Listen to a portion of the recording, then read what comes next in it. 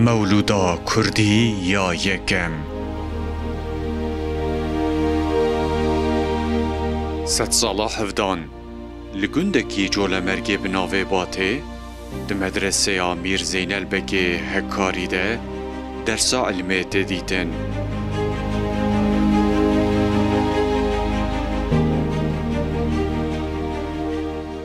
نگلک بجی تیرا خو فقید مدرسه ده پرورده دبینن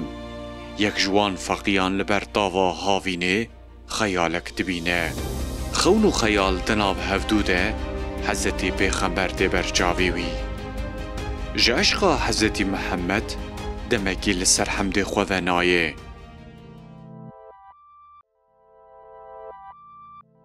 او دم جبوی فقیه و ببه میلادکو و بکوه ناوا پلندیرو که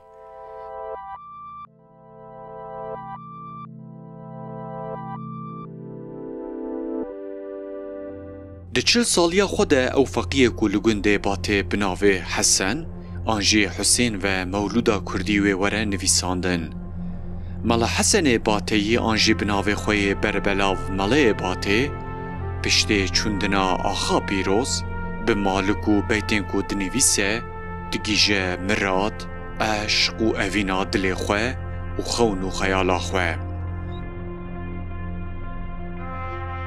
او مالک بزمان کردی دبه یکم مولودا حضرت محمد مولودا ملای باته دناو مدرسه کردان ده بدست سیدا ملا و فقیان بدست خطان دنزه ده کرن و ناو دنگیوی دناوا همو کردان ده بلاف دبه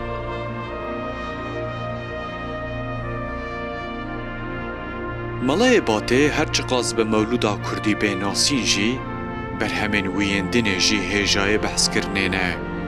بر همه همایل کوجبو هفجینا خود نویسه دستانا زنبل فروش هلبسین وین حس کرنا پیغمبر یانی نعد مناجعات قصیدین اوینی و لیریکی جوان بر همانه هر وسا کسایتا ویا هنری جی گلک پیشکتیه جهل بسین وین کانکانیا صدق و صفا اوش چریا پاشه و بیده دناف گلده گلک دین ناس کرن لگور هن لیکولی نران ملای باته سال 1414 انده هاتیه دنیای و ده سال 1495 انده چوی سردلوان یا خواه لگور هن زانای اندن سال 1675 انده هاتیه دنه و ده سال 1755 انده چیه سردلوان یا خواه